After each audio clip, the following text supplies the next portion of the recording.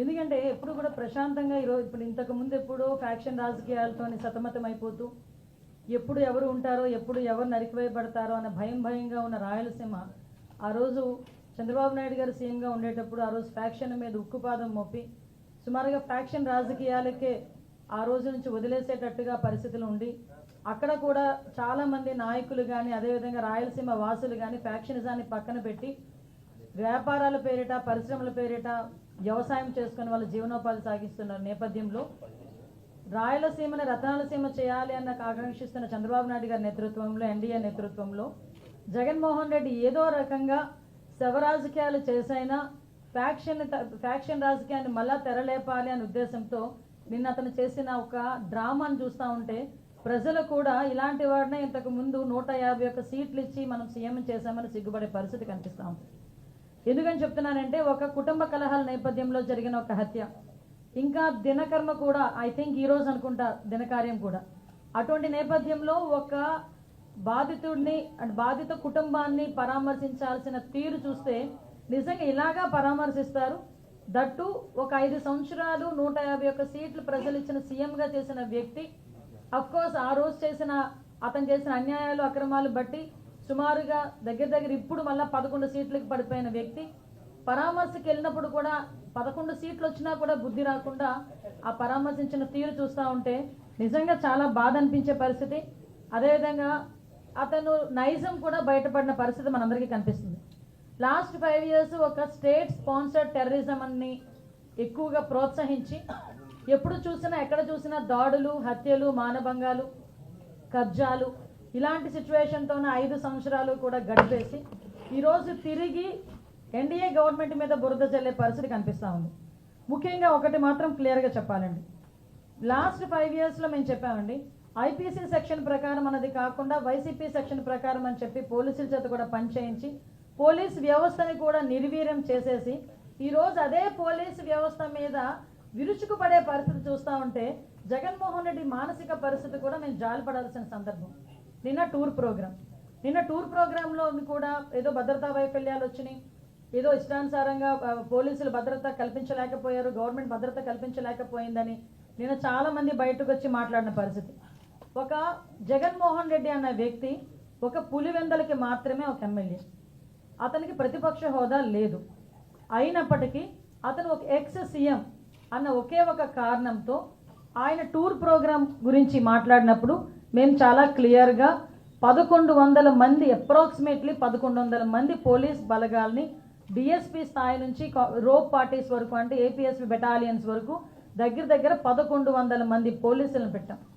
అంటే మీరు అనుకోవచ్చు ఒక ఎక్స్ సీఎంకి 1100 మంది పోలీసులు ఎందుకండి అని, కానీ అతను వెళ్తున్న ప్రాంతం చాలా సెన్సిటివ్ ప్రాంతం.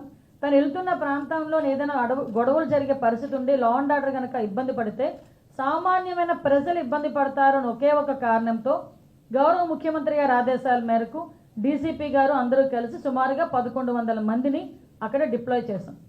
వాళ్ళు డిప్లాయ్ చేయడమే కాదు, ప్రతి ఒక్కరికి కూడా వాళ్ళకి అక్కడ బాడీ ఆన్ కెమెరాస్ కానీ, రోప్ పార్టీస్ కానీ, మళ్ళీ పబ్లిక్ అడ్రస్ సిస్టమ్స్ కానీ, డ్రోన్స్ కానీ, ఏరియల్ సర్వేలెన్సెస్ గురించి డ్రోన్స్ కానీ, ఫైర్ టెండర్స్ కానీ, అంబులెన్సెస్ కానీ, గ్యాస్ గన్స్ కానీ ఇవన్నీ కూడా పెట్టుకున్నాం. అంటే సాధారణంగా ఒక విఐపి వచ్చినప్పుడు ఎటువంటి ట్రీట్మెంట్ చేసుకుంటామో ఆ ట్రీట్మెంట్ అంతా కూడా ఒక సాధారణ ఒక పులివెందల ఎమ్మెల్యేకి కూడా కేవలం ఎక్స్ సీఎం అన్న కారణంతో మేము ఇవ్వడం కూడా జరిగింది. ఆ సంగతి కూడా మీరందరూ కూడా గమనించాలి.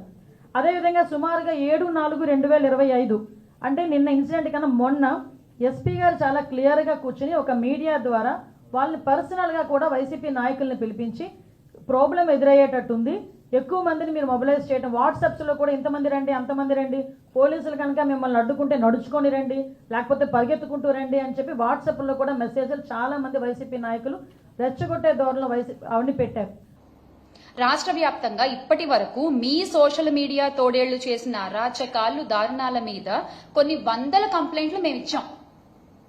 దానిలో ఒక్కటన్నా మీరు చదివారా? కనీసం ఒక్కళ్ళన్నా మీరు అరెస్ట్ చేశారా?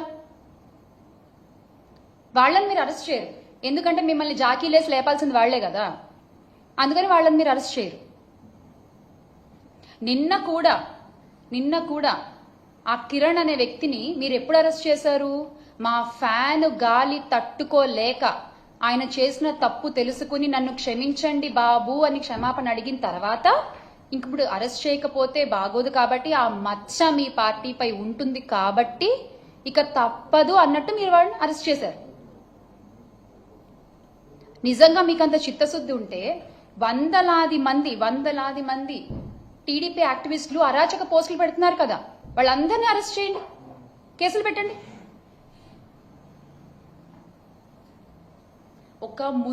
ఒక ముసుగు మాత్రమే నిన్న జరిగిన అరెస్ట్ కూడా, చేబ్రోలు కిరణ్ అరెస్ట్ కూడా ఒక ముసుగు మాత్రమే.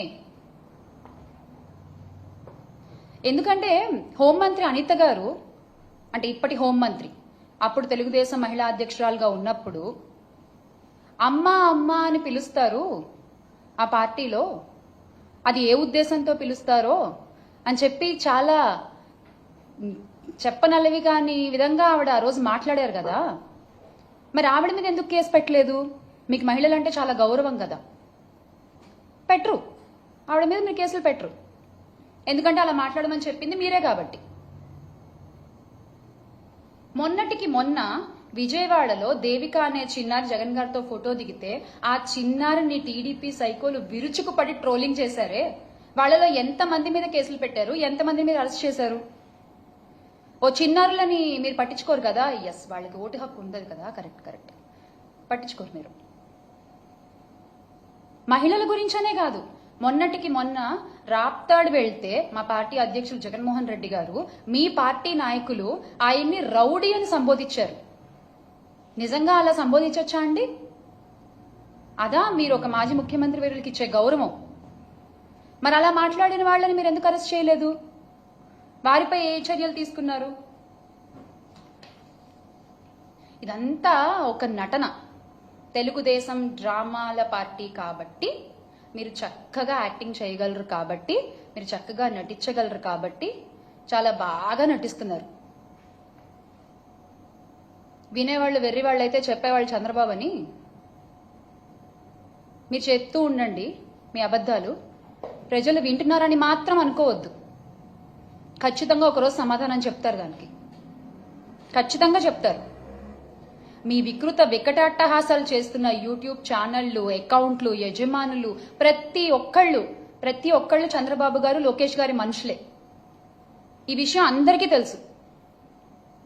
మా నాయకులు వైఎస్ఆర్ కాంగ్రెస్ పార్టీ అధినేత వైఎస్ జగన్మోహన్ రెడ్డి గారి పైన, ఆయన కుటుంబ సభ్యుల మీద అసభ్యకర వ్యాఖ్యలు చేసి అరెస్ట్ అయిన ఐటీడీపీ మెంబర్ చేబ్రోలు కిరణ్ ఎవరు పేరు చెప్పారు? చంద్రబాబు నాయుడు గారి పేరే కదా. మరి చంద్రబాబు నాయుడు గారి మీద కేసు ఎందుకు పెట్టలేదు? చంద్రబాబు నాయుడు గారి మీద చర్యలు ఎందుకు తీసుకోలేదు? అంత ఓపెన్ గా చెప్పారు కదా కిరణ్. మీకు మహిళలంటే అంత అపారమైన గౌరవం ఉన్నప్పుడు ఆయన పేరు చెప్పారు కదా, వెంటనే చర్యలు తీసుకోవాల్సింది. సోషల్ మీడియా తోడేళ్లను తయారు చేస్తూ ప్రోత్సహిస్తున్నది ఎవరు? రెడ్ బుక్ రాజ్యాంగాన్ని నడిపిస్తున్నది ఎవరు? ఫేక్ న్యూస్ ఫ్యాక్టరీలను ఎంకరేజ్ చేస్తున్నది ఎవరు? వ్యక్తిత్వ హననాలకి పాల్పడుతున్నది ఎవరు?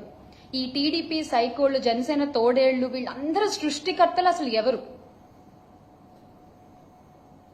సార్, గౌరవ ముఖ్యమంత్రి చంద్రబాబు నాయుడు గారు, మీరు ఎలాగో సత్తా లేదు కాబట్టి పవన్ కళ్యాణ్ గారికి, ఇప్పటి పిఠాపురం పీఠాధిపతి మా పీపీపీ గారికి, ఆయన మిమ్మల్ని ఫాలో అవుతున్నారు.